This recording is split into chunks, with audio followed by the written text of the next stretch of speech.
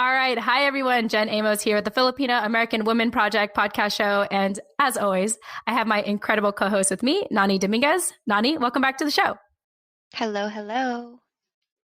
And I just want to say how excited I am because 2020 is the year that we have reached our first 10K downloads, 10,000 downloads for our show. And so I feel like I should open up that way moving forward so people know that we're becoming legit. Yeah. We're becoming, more known. So really exciting. I thought I would just share that. And we have a lot of exciting things in store for this podcast show. So if you're listening to this for the first time, I highly encourage you to keep listening and follow us on Instagram. I know I've been talking about this for some time now, but we will be updating the Instagram public feed soon. I was just talking to Nani about it before the show started. So look out for that. Being responsible and stuff. Yeah, taking care of our marketing for once. But Nani has definitely been doing an incredible job, managing our community on Instagram. So if you really want to engage with us, I really encourage all of you to at least follow our stories because that's where we are the most active and engaging. And Nani does an incredible job really getting other Filipino American women recognized through our Instagram stories. So anyway, with that said, we are excited. Again, excited. I need to come up with more adjectives other than excited, but we are excited. We are stoked. We are joyful. I don't know, because we are interviewing another incredible person in our community. And so I want to introduce you all to Josephine. Josephine is an artist, singer, songwriter, and connector. She is also a mom of two who wants to empower other women in their self-love and personal development journey. Josephine, welcome to the show. Thank you so much for having me, and congratulations. Wow, 10,000 downloads. That's amazing, first of all, because that needs to be celebrated. So I'm clapping it up here in Jersey City and making sure that you can hear that. But I celebrate that. So congrats on that. Thank you. Thank you. Yeah. And, it's validation for us to keep doing the show. I'm not saying that I'm looking at the time when we're going to end it. It's more wow, okay, people are paying attention. People value what we're doing. And so we want to continue to give to the community and really amplify our stories because people want it and people are asking for it. And also people are asking me more about how they can start a podcast. A lot of other women of color interested in that. And so I'm all for it. I'm here for it. And if anyone is listening to this and interested in possibly starting a podcast because you feel like you have a story to share, which you do, by the way, feel free to reach out to me. Lately, I've been kind of giving some free consultation. So jump on that while you can until I start charging. But, we'll see if I actually charge. I don't know yet. I need to figure out my worth for that, but that's a whole other issue. All right. So Josephine, why don't we start with you sharing, how did you hear about the Filipino American Women Project? And more importantly, what inspired you to want to jump on and share your story? I think that honestly, just seeing a lot of posts, I guess, pop up in my feed. I've been trying to reach out more within the Filipino community on social and just really connect, right? Because there's a huge Jersey City population of, Filipinos here. I don't know if you ladies have ever been to Jersey City, but there is a huge population here and community keep growing. So I'm I want to, connect to Filipinos around the world, not just in Jersey City, and just really, get to know that community and be a part of it and see what amazing things, everyone is doing outside of my hometown. And so something from your feed popped up in my feed, and I'm just wow, what is this? I connected with it. I love what it stands for, what it's about, and it really just gravitated, to me, or I gravitated to it. I felt like the timing especially was just really good for me.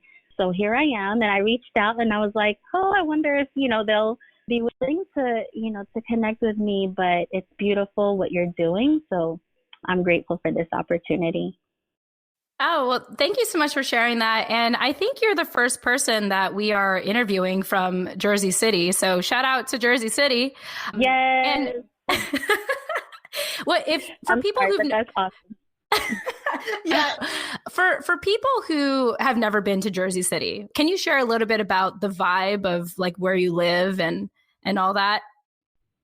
Yeah, definitely just urban community.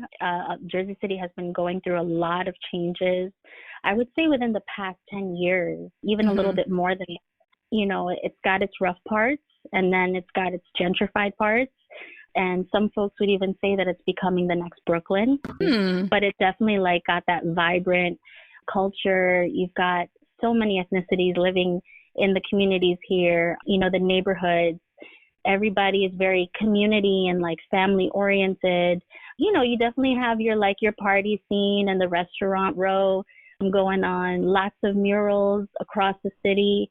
Again, like just very vibrant and cultural, scenes here. But it's a beautiful, beautiful community that we've got going on.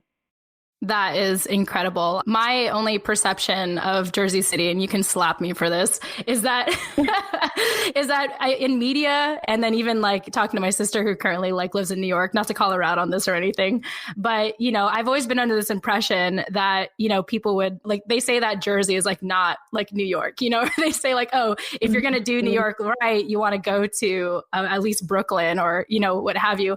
I'm curious to know if you've ever heard that, and like how would you respond to that? Like if you've kind of heard that kind of like, Jersey versus like New York kind of thing. Oh no, it's definitely something that has been a live conversation. I think for as long as I could remember, right? I think Jersey doesn't really have that type of respect that New York has. And, it's not really on that level, but I think it's starting to get noticed. It's starting to become on that map of, Jersey City. Actually, the views from here are beautiful too, right? So it's just a difference in perspective as far as what you're looking at, but people are starting to realize it. So the development is happening very, very, very rapidly. And so people from Brooklyn are moving here, people from Manhattan are moving here. It literally like tall, high-rise buildings are being built.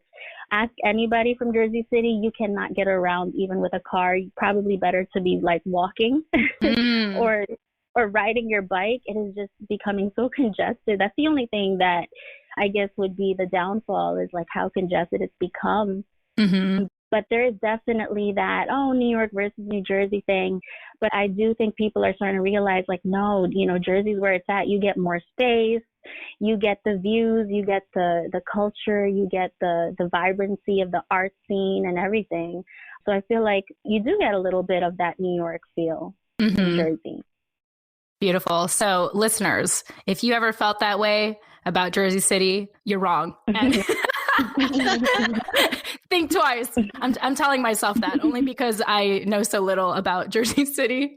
And I appreciate you saying that. It kind of reminds me of like when I was living in SoCal, in San Diego, a lot of people were moving to Temecula. And so Temecula is like, it's basically like a lot of people say it's like up and coming. And, sometimes people say like, oh, I moved to Temecula because it's like a lot cheaper. But like the community there is up and coming and just as vibrant.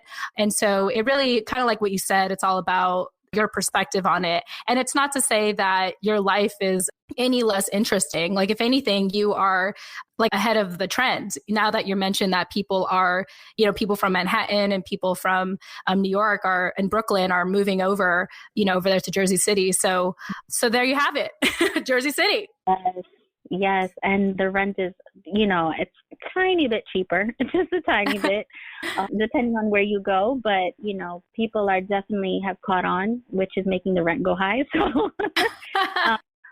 but it's just so beautiful, like we got it all here. I'm sorry, like born and raised, I know, but yes, I'm trying to be biased, but, Jersey City is just special to me. So. Yes. And you're allowed to be biased. You got to represent, like, you got to show people that Jersey City is the place to be. So there you go, listeners. Well, thank you so much for sharing that and a little bit about how you heard about the project and representing Jersey City. I just wanted to just overdo that because we haven't had someone from Jersey City yet. And so I think it's great that you're representing that area on our show. All right. Jen Amos here, jumping into the middle of our show as I always do, to remind you why this show is possible.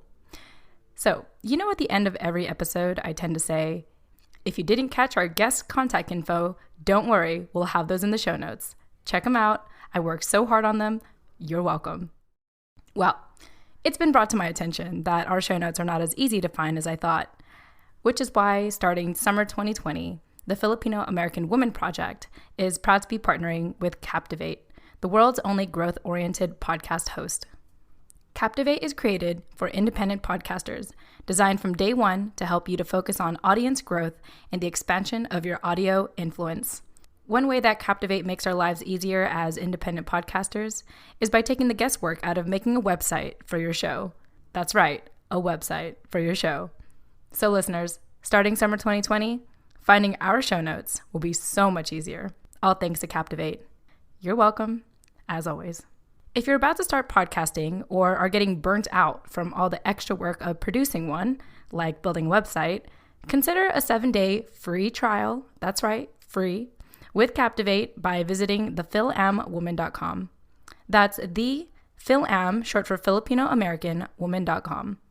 Or, check out our show notes in the meantime, which is in the details section of each episode. Once again, you can visit thefilamwoman.com or visit the details section of this episode. Okay, so with the Filipino American Women Project, the intent of the show is to collect stories and life lessons told by individuals living or have lived in America that are of Filipino descent and identify as female or pronouns she, her. And also, we are opening it up really to people who identify as non-binary as well. And so, Josephine, can you share with us a little bit about your family background and why you identify as a Filipino American woman?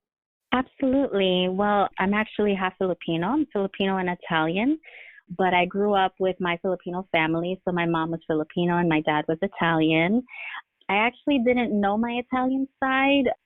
I met him probably like in my late 20s. I don't want to give my age, but I met him, definitely late in my life. So all my life, it was just basically like Filipino culture, Filipino food, cuisine, the language. I can understand more than I can speak. The dance, the cultural dances, the Filipino social parties.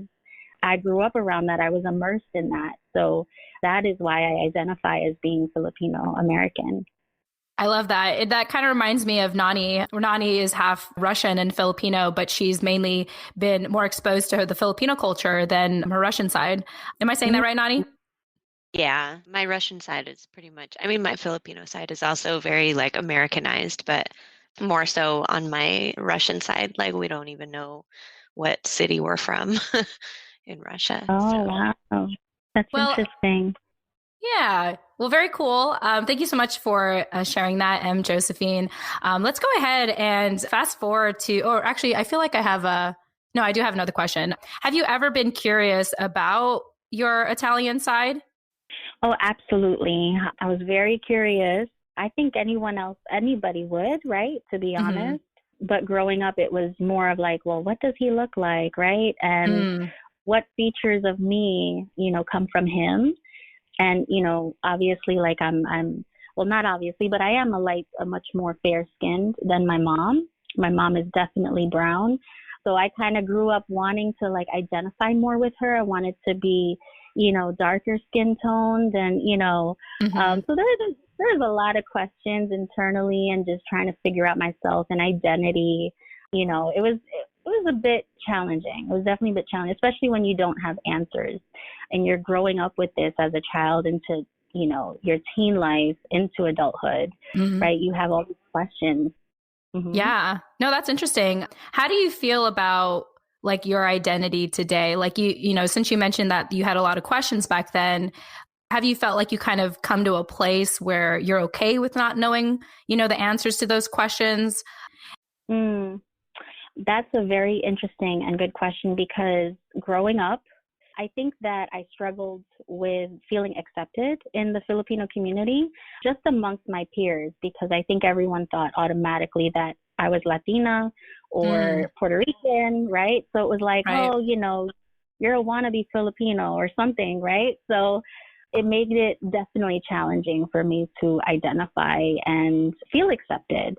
So eventually people were like, oh no, you're really Filipino, like they looked up, they saw my mom, they saw my brother, they saw like my family.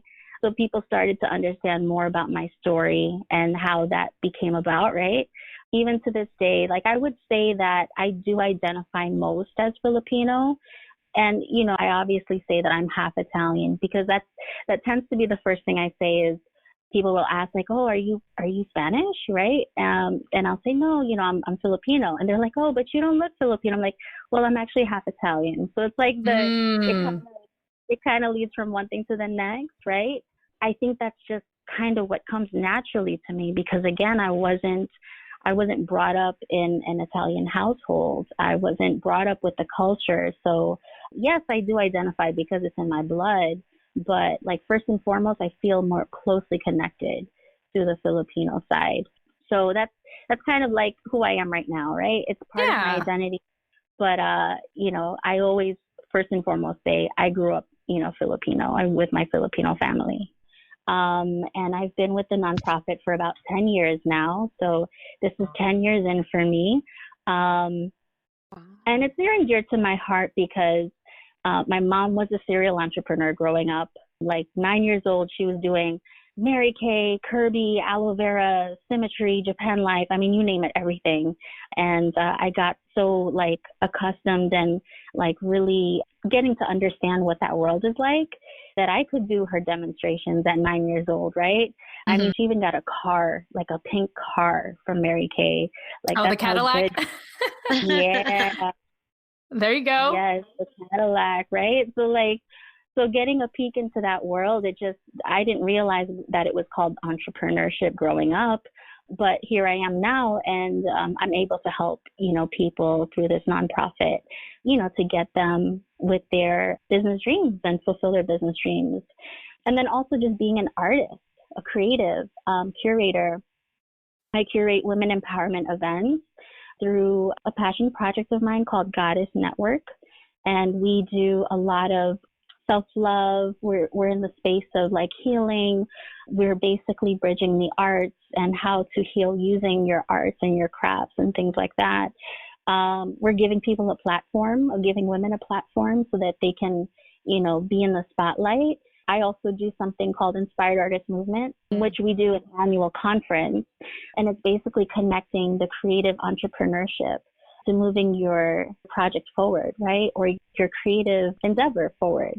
So as artists, we, tend to not look at ourselves as like, how do I make this into a business, right? Or how do I just even being sustainable? How can you make it sustainable so that you can do what you love and not feel like, you're burning out and you don't have a means to pay your bills, pay your rent, right? It's all making sure that we can do what we love and that we're able to really survive off of it. And so that came out of Inspired Artist Movement. Wow, that's incredible. And if you think about it, most artists are entrepreneurs because they are creating something out of nothing and they have to market it. And so I think that's really cool how you are providing, those resources to artists, essentially.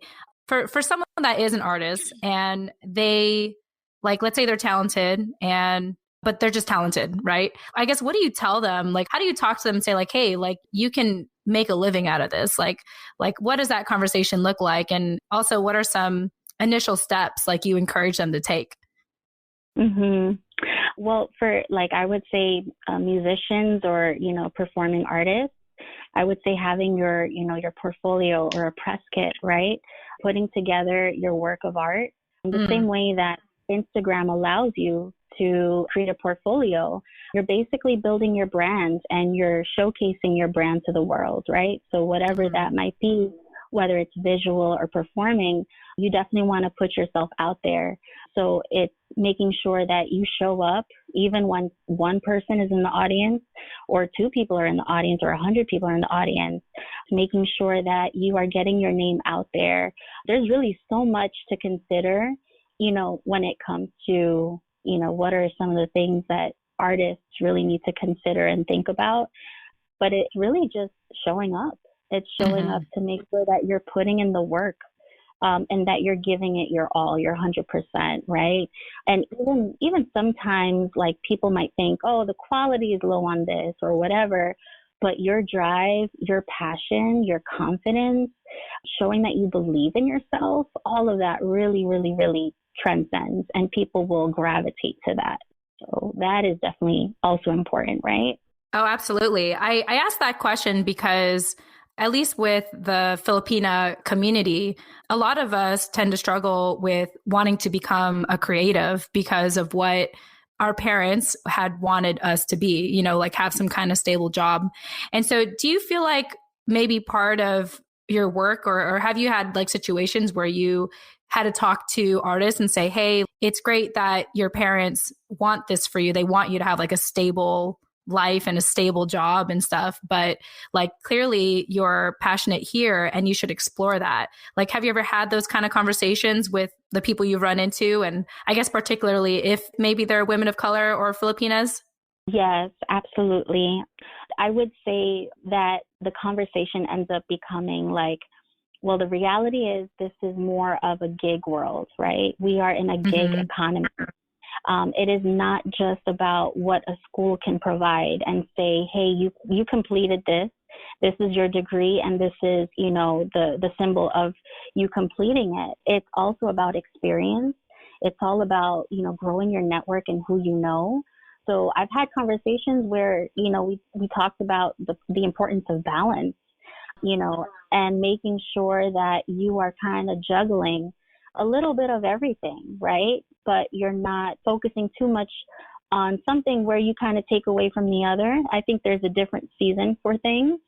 So if you're a serial entrepreneur, go get it, right? Be that serial entrepreneur, but just make sure that you are balancing it out and that, you're out there. So you don't have to just rely on a 9-to-5. The 9-to-5 is good for you. Yes, it's going to make sure you can eat and you have food on the table. You got a roof over your head. But that 9-to-5 is also going to put money into what you're really passionate about. And if we stop doing what we're passionate about, you're taking away, you're basically taking away life from yourself, right? So you're pouring into yourself by doing what you love. So if you can balance that out, do it. However means that you can, make it a part of your everyday life and your routine. Wow. I had to write that down. Well, if you don't pursue your passion, you're taking life away from yourself. That is very powerful. Yeah, absolutely. Yeah. I want to check in with Nani. Any thoughts? Yeah, I mean, I think that that's true. I like what you said about the importance of balance, and I like what you do with your business just in general because, people don't buy into whatever you're selling. They buy into you and how strong your brand is. So it's important to have all of that stuff in alignment so that you can, function. I appreciate that. Thank you. Another important thing too is that as artists or creatives in general, we're always looking for validation, or we tend to look for validation, right? And it's like, how can I become, like this, or how can I feel accepted? And there are a lot of like artists who feel like they're the underdog. They're not really the go-to. They're not really, asked to do the gig. They're not asked to jump on like the mic, the open mic or whatever.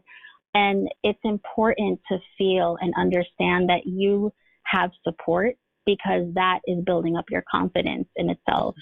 So being able to provide a platform, just as you both have, right, through this, which is amazing. This is giving people and women confidence and a platform to say, like, they believe in me enough to do this, and I'm going to keep believing in myself, right? So whether or not I am that person that they call to be featured on a song or to be called to feature on a show, I still feel like, I'm being seen and I'm heard, and that I'm important and that I'm needed in this space. So that is a big, big thing within the creative realm. Yeah, that's definitely, I can imagine how tough that must be, battling with people's egos in the creative industry. Yeah. Yes, definitely. Wow. Awesome stuff. Well, thank you so much for sharing that, Josephine, just where you're at in life today. It sounds like you're doing such incredible work, not just being an incredible mother, but also the good work you're doing in your nonprofit and for your conference and the things that you do for creative people. So kudos to you representing Jersey City. Thank you so much. I appreciate that. Yeah, no, my absolute pleasure. All right. So I'm excited because I need to come up with another word than excited. I say excited so many times. But anyway, I think I'm gonna put on my to-do list to get like an adjective, like a list of adjectives. A thesaurus. I'm excited. Yeah, exactly. Anyway, I don't think it loses its charm though when I say excited. So maybe I'll just stick to it. It'll just be my thing. Okay, so the purpose of the show is to ultimately publish a book where we have a collection of life lessons and stories told by Filipino American women. So, Josephine, I'd love for you to share a life lesson with us today, and also what aspect or what story in your life had led you to that life lesson. I would have to say that to have fun, to really stop, pause, take a moment, to just be tuned into everything going on around you, to really tune into the blessings that are around you, to not take them for granted, have fun, and laugh. You know, life is going to be filled with ups and downs, no matter, you know, how much money you make or how many successes you reach or how many amazing people you meet. Life is just going to continue. It's going to be challenging. It's going to be amazing.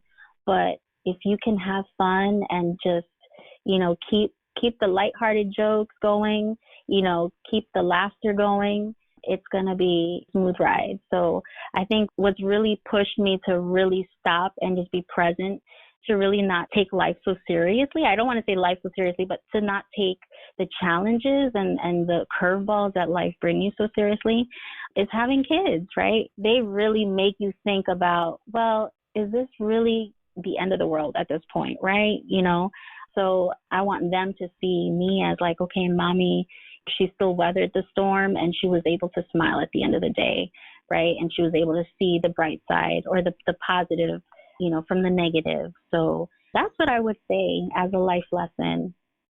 I love it. And that's why I love doing the show. If there's anything I always look forward to is hearing people's life lessons, because it's kind of like how they say, like, you need to take a shower every day. Like, you need life lessons every day. Like, you need some kind of motivation. You need something, you know, positive affirmations to get you through the day. And so I appreciate you saying to just have fun. And yeah, it's a good reminder that despite the challenges that can come our way, it's a blessing to be alive. You know, like, I always think to myself, like, wow, I woke up today. That's cool. Wow, I got out of bed today. Like, I can clothe myself. I can, you know, I can take my dog out. I can go shopping on my own. Like, lately I've been thinking a lot about just feeling blessed to be fully abled, you know, to do stuff on my own and to be like independent in that way, because I know one day in life, I'm not going to be able to be that person. Someone's going to have to take care of me.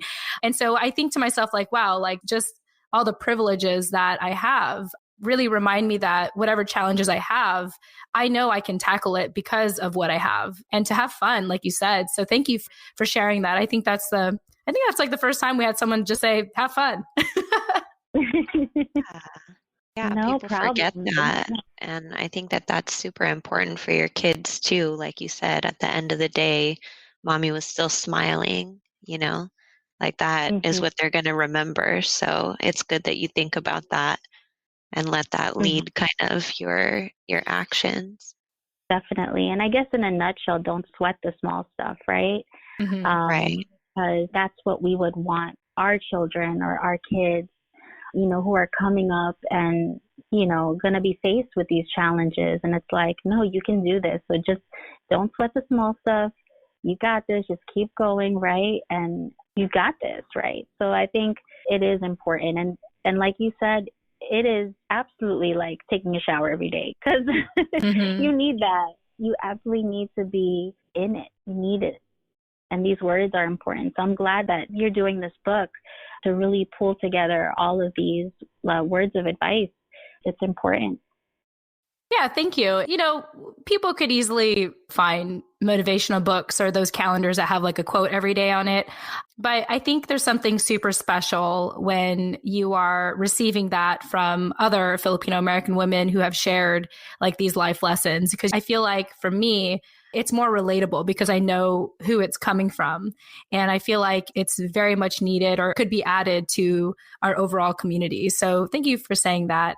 Wow. What an amazing conversation today, Josephine. I really want to thank you so much for your time. Before we wrap up, do you have any closing thoughts for us and our listeners? Just that I'm excited to be a part of this. I'm so honored. And this is actually the first, you know, Filipino podcast and, you know, let alone Filipino women podcast that I'm a part of. So I feel very special and honored. So just thank you. Thank you for doing this, and thank you for providing this opportunity. Yeah, it's our absolute pleasure. I don't think I could have enough women or Filipino women in my life at this point. I want more. So thank you for being a part of it. For people that want to learn more about the good work that you're doing, Josephine, how can they get a hold of you? How can they find you online? So they can find me on IG at Soulfully Josephine, or you can email me inspiredartistmovement@gmail.com. Beautiful. And I say this on every episode, but if you did not catch that, that'll be in the show notes, which is usually in the details of each episode. So check that out. And I also wanted to add that I especially love your name, Josephine, because my sister's name is Josephine. So I've really enjoyed saying your name this entire interview. I've actually never met a Filipina Josephine, so I'm excited about that too. So Really? Yeah. One of my favorite aunties is my auntie Josephine on my Filipino side. Oh, Yeah. nice. Yeah, this is like a random fact that I remember from like elementary school, but there is this book. So my full name is Jennifer. There's this book. It was about cats, like 2 cats. And the book was called Jennifer and Josephine, I think. I don't know if it's still out there. I remember seeing it like way back in elementary, but I was like, oh, that's me and my sister, except I'm not a cat person. I have allergies to cats, unfortunately. But I was like, oh, Josephine, But yeah, no, beautiful, beautiful. All right. Well, with that said, I want to thank you again, Josephine, so much for your time. So much. I appreciate you sharing your story and letting us kind of pry into your life. And just for the sake of storytelling and for our listeners to listen in. And I can only imagine that this will positively impact our listeners. And so thank you so much for joining us today. And also, I want to thank Nani for co-hosting with me as always. You are incredible. With that said, oh, sorry. I'll pause. Go ahead and say thank you. It's okay. Go ahead. Thank you. Yes, I tend to just talk, and so I have to actively tell myself to stop and make space for Nani. It's okay. I just wanted to squeeze one in there. Okay. Okay, good. Yeah, so I think we'll do that moving forward, Nani. I'll make sure to pause every time I say thank you for co-hosting, so you can say thank you. It's okay. I don't mind. Okay, just sidebar. It's important for me, though. I need to make space for you. It's very important for me. Okay. All right. I appreciate that. All right. So with that said, we want to thank you all so much for listening, and we look forward to speaking with you in the next episode. Tune in next time. Bye. Bye.